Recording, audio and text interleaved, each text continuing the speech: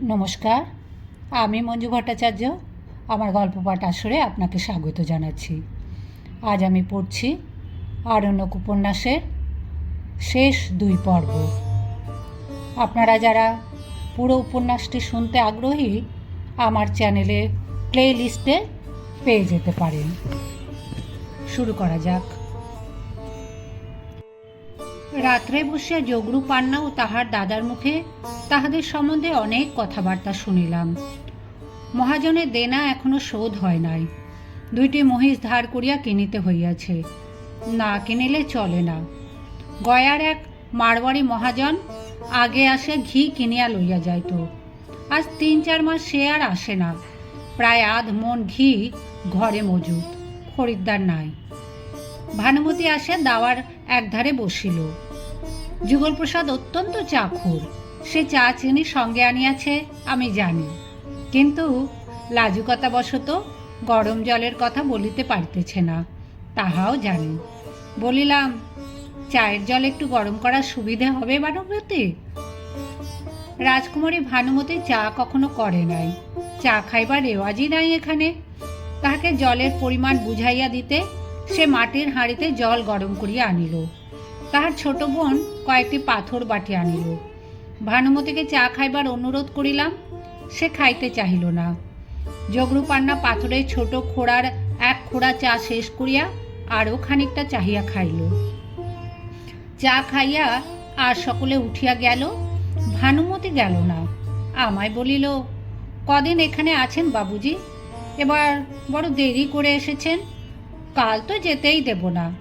চলুন আপনাকে কাল ঝাঁটি ঝর্ণা বেরিয়ে নিয়ে আসি।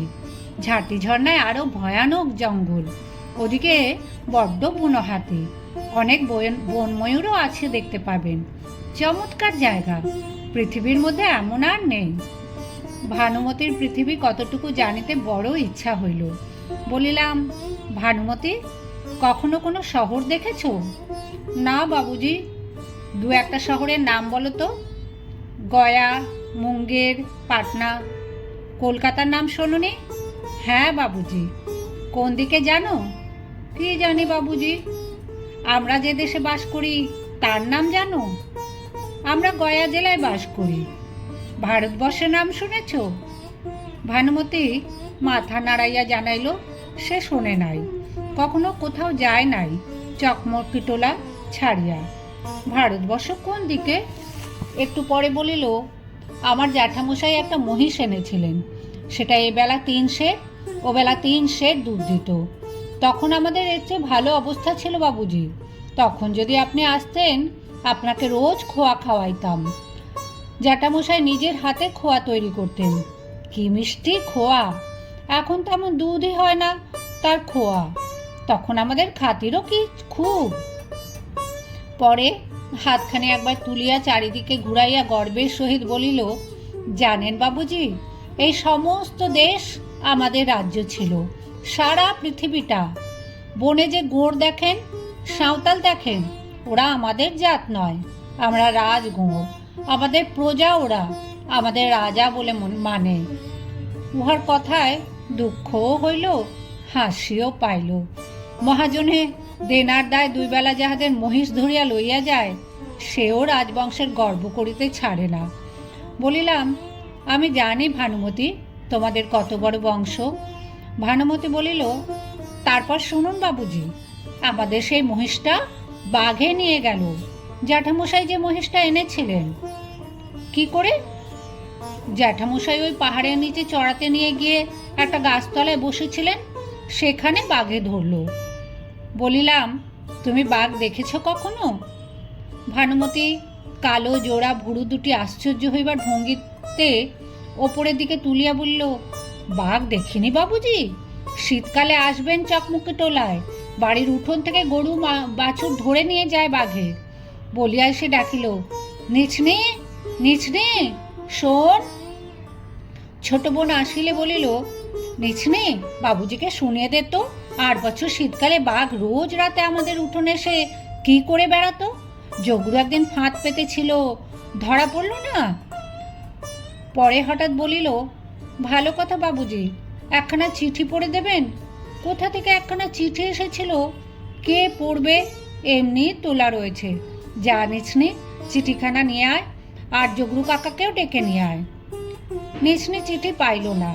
তখন ভানুমতি নিজে গিয়া অনেক খুঁজিয়া সেখানা বাহির করিয়া আমার হাতে আনিয়া দিল। বলিলাম, কবে এসেছে এখানা? ভানুমতি বলিল, মাস 6-7 হবে বাবুজি, তুলে রেখে দিয়েছি, আপনি এলে পড়াবো, আমরা তো কেউ পড়তে পারি নে। ও নিচনি, জগরু কাকাকে ডেকে নিয়ে আয়, চিঠি পড়া হবে, সবাইকে ডাক দে। 6-7 মাস পূর্বের পুরনো অপঠিত পত্রখানা আমি যুগলপ্রসাদের উনুনের আলোয় পড়িতে বসিলাম। আমার চারিধারে বাড়িশুদ্ধ লোক ঘিরিয়া বসিল চিঠি শুনিবার জন্য। চিঠিখানা কায়েথি হিন্দিতে লেখা, রাজা দবরু পান্নার নামে চিঠি। পাটনার জনৈক মহাজন রাজা দবরুকে জিজ্ঞাসা করিয়া পাঠাইয়াছে এখানে বিড়ি পাতার জঙ্গল আছে কিনা, থাকিলে কি দরে ইজারা বিলি হয়। এ পত্রের সঙ্গে ইহাদের কোনো সম্পর্ক নাই, ইহাদের অধীনে কোনো বিড়ি পাতার জঙ্গল নাই। রাজা দবরু নামে রাজা ছিলেন। চকমুকিটোলার নিজ বসতবাটির বাহিরে তার যে কোথাও 1 ছটাক জমিও নাই, এ কথা পাটনার উক্ত পত্রলেখক মহাজন জানিলে ডাক মাসুল খরচ করিয়া বৃথা পত্র দিত না নিশ্চয়ই। একটু দূরে দাওয়ার ওপাশে যুগলপ্রসাদ রান্না করিতেছে। তাহার কাঠের উনুনের আলোয় দাওয়ায় খানিকটা আলো হইয়াছে। এদিকে দাওয়ার অর্ধেকটা জ্যোৎস্না পড়িয়াছে, যদিও কৃষ্ণপক্ষের আজ মোটে তৃতীয়া। ধনঝরি পাহাড়ের আড়াল কাটাইয়া এই কিছুক্ষণ মাত্র চাঁদ ফাঁকা আকাশে দৃশ্যমান হইয়াছে। সামনে কিছু দূরে অর্ধচন্দ্রাকৃতি পাহাড় শ্রেণী। চকমকিটোলার বস্তির ছেলেপুলেদের কথা ও কলরব শোনা যাইতেছে। কি সুন্দর ও অপূর্ব মনে হইতেছিল এই বন্য গ্রামে যাপিত এই রাত্রিটি। ভানুমতির তুচ্ছ ও সাধারণ গল্প কি আনন্দ দিতেছিল। সেদিন বলভদ্রের মুখে শোনা সেই উন্নতি করিবার কথা মনে পড়িল। মানুষে কি চায়, উন্নতি না আনন্দ? উন্নতি করিয়া কি হইবে যদি তাহাতে আনন্দ না থাকে? আমি এমন কত লোকের কথা জানি যাহারা জীবনে উন্নতি করিয়াছে বটে, কিন্তু আনন্দকে হারাইয়াছে। অতিরিক্ত ভোগে মনোবৃত্তির ধার হইয়া খাইয়া ভোঁতা, এখন আর কিছুতেই তেমন আনন্দ পায় না। জীবন তাহাদের নিকট একঘেয়ে, একরঙা, অর্থহীন। মন শান বাঁধানো, রস ঢুকিতে পায় না। এখানে যদি থাকিতে পারিতাম, ভানুমতিকে বিবাহ করিতাম। এই মাটির ঘরে জ্যোৎস্না ওঠার দাওয়ায় সরলা বন্যবালা রাঁধিতে রাঁধিতে এমনই করিয়া ছেলে মানুষই গল্প করিত। আমি বসিয়া বসিয়া শুনিতাম আর শুনিতাম। বেশি রাত্রে ওই বনে হুড়ালের ডাক, বন্যহস্তির বৃংহতি, হায়নার হাসি। ভানুমতি কালো বটে, কিন্তু এমন নিটোল স্বাস্থ্যবতী মেয়ে বাংলাদেশে পাওয়া যায় না। আর ওর ওই সতেজ সরল মন, দয়া আছে, মায়া আছে, স্নেহ আছে, তার কত প্রমাণ পাইয়াছি, ভাবিতেও বেশ লাগে। কি সুন্দর স্বপ্ন! কি হইবে উন্নতি করিয়া? বলভদ্র সেঙাত গিয়া উন্নতি করুক, রাসবিহারী সিং উন্নতি করুক। যুগলপ্রসাদ জিজ্ঞাসা করিল, রান্না হইয়াছে, চৌকা লাগাইবে কিনা? ভানুমতিদের বাড়িতে আতিথ্যের কোনো ত্রুটি হয় না। এদেশে আনাজ মেলে না, তবুও কোথা হইতে জগরু বেগুন ও আলু আনিয়াছে, মাসকলাইয়ের ডাল, পাখির মাংস, বাড়িতে তৈরি অতি উৎকৃষ্ট টাটকা ভয়সা ঘি, দুধ। যুগলপ্রসাদের হাতের রান্নাও চমৎকার। ভানুমতি, জগরু, জগরুর দাদা, নিচনি সবাই আজ আমাদের এখানে খাইবে। আমি খাইতে বলিয়াছি, কারণ এমন রান্না উহারা কখনো খাইতে পায় না। বলিলাম, একটু দূরে উহারাও একসঙ্গে সবাই বসুক, যুগলপ্রসাদের দেওয়ারও সুবিধা হইবে, একত্র খাওয়া যাক। ওরা রাজি হইল না। আমাদের আগে না খাওয়া হইলে উহারা খাইবে না। পরদিন আসিবার সময় ভানুমতি এক কাণ্ড করিল। হঠাৎ আমার হাত ধরিয়া বলিল, আজ যেতে দেব না বাবুজি। আমি অবাক হইয়া উহার মুখের দিকে চাহিয়া রইলাম।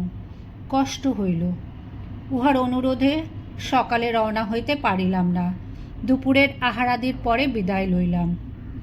আবার দুধারে ছায়ানিবিড় বনপথ।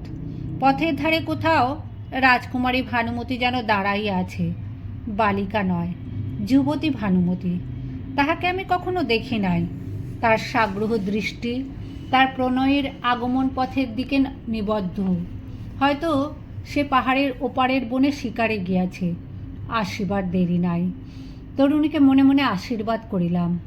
ধনঝরি পাহাড়ের জোনাকি জ্বালা, নিস্তব্ধ প্রাচীন ছাতিম ফুলের বন ও অপূর্ব দূরছন্দা সন্ধ্যার আড়ালে বনবালার গোপন অভিশ্বাস সার্থক হোক।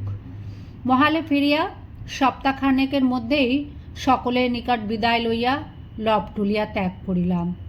আসিবার সময় রাজু পাড়ে, গণরী, যুগলপ্রসাদ, আশরাফি টিন্ডেল প্রভৃতি পালকির চারিধার ঘিরিয়া পালকির সঙ্গে সঙ্গে লবটুলিয়া সীমানার নূতন বস্তি মহারাজা টোলা পর্যন্ত আসিল। মটুকনাথ সংস্কৃতে স্বস্তিবাচন উচ্চারণ করিয়া আমায় আশীর্বাদ করিল।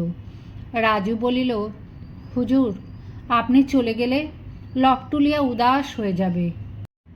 প্রসঙ্গক্রমে বলি, এদেশে উদাস শব্দের ব্যবহার এবং উহার অর্থের ব্যাপকতা অত্যন্ত বেশি। মকাই ভাজা খাইতে খারাপ লাগিলে বলে, ভাজা উদাস লাগছে। আমার সম্পর্কে কী অর্থে উহা ব্যবহৃত হইল ঠিক বলিতে পারিব না। আমার বিদায় লইয়া আসিবার সময় একটি মেয়ে কাঁদিয়াছিল। আজ সকাল হইতে আসিয়া সে কাছারির উঠানে দাঁড়াইয়াছিল। আমার পালকি যখন তোলা হইল তখন চাহিয়া দেখি সে হাপুস নয়নে কাঁদিতেছে। মেয়েটি কুন্তা। নিরাশ্রয় কুন্তাকে জমি দেয়া বসবাস করাইয়াছি। আমার ম্যানেজারি জীবনের ইহা একটি সৎ কাজ। পারিলাম না কিছু করিতে, সেই বন্য বালিকা মঞ্চির।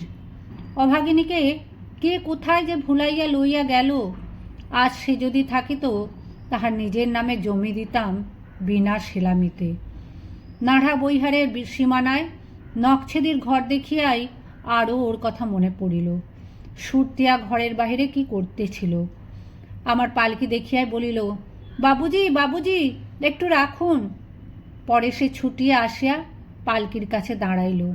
ছনিয়াও আসিল পিছু পিছু। বাবুজি, কোথায় যাচ্ছেন? ভাগালপুরে। তোর বাবা কোথায়? ঝল্লুটোলায় গমের বীজ আনতে গিয়েছে। কবে আসবেন? আর আসবো না। ইস, মিথ্যে কথা। নাড়া বৈহারের সীমানা পার হইয়া পালকি হইতে মুখ বাড়াইয়া একবার পেছন ফিরিয়া চাহিয়া দেখিলাম। বহু বস্তি, চালে চালে বসত, লোকজনের কথাবার্তা, বালক বালিকার কলহাস্য, চিৎকার, গরু মহিষ, ফসলের গোলা। ঘন বন কাটিয়া আমি এই হাস্যদীপ্ত শস্যপূর্ণ জনপদ বসাইয়াছি 6-7 বৎসরের মধ্যে। সবাই কাল তাহাই বলিতেছিল, বাবুজি, আপনার কাজ দেখে আমরা পর্যন্ত অবাক হয়ে গেছি। নাড়া লবটুলিয়া কি ছিল আর কি হয়েছে, কথাটা আমিও ভাবিতে ভাবিতে চলিয়াছি। নাড়া লবটুলিয়া কি ছিল আর কি হইয়াছে। দিগন্তলীন মহালিখারূপের পাহাড় ও মহানপোড়া অরণ্যানীর উদ্দেশ্যে দূর হইতে নমস্কার করিলাম। হে অরণ্যানীর আদিম দেবতারা, ক্ষমা করিও আমায়। বিদায়। বহুকাল কাটিয়া গিয়াছে। তারপর 15-16 বছর বাদাম গাছের তলায় বসিয়া এইসব ভাবিতেছিলাম। বেলা একেবারে পড়িয়া আসিয়াছে।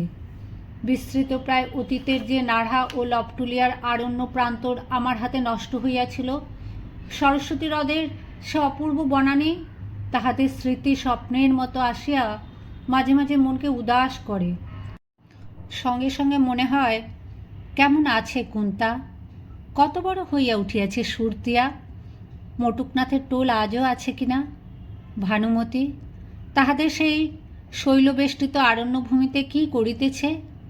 রাখালবাবুর স্ত্রী ধ্রুবা, গিরিধারীলাল, কে জানে এতকাল পরে কে কেমন অবস্থায় আছে।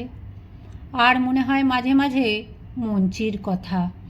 অনুতপ্তা মঞ্চি কি আবার স্বামীর কাছে ফিরিয়াছে, না আসামের চা বাগানে চায়ের পাতা তুলিতেছে।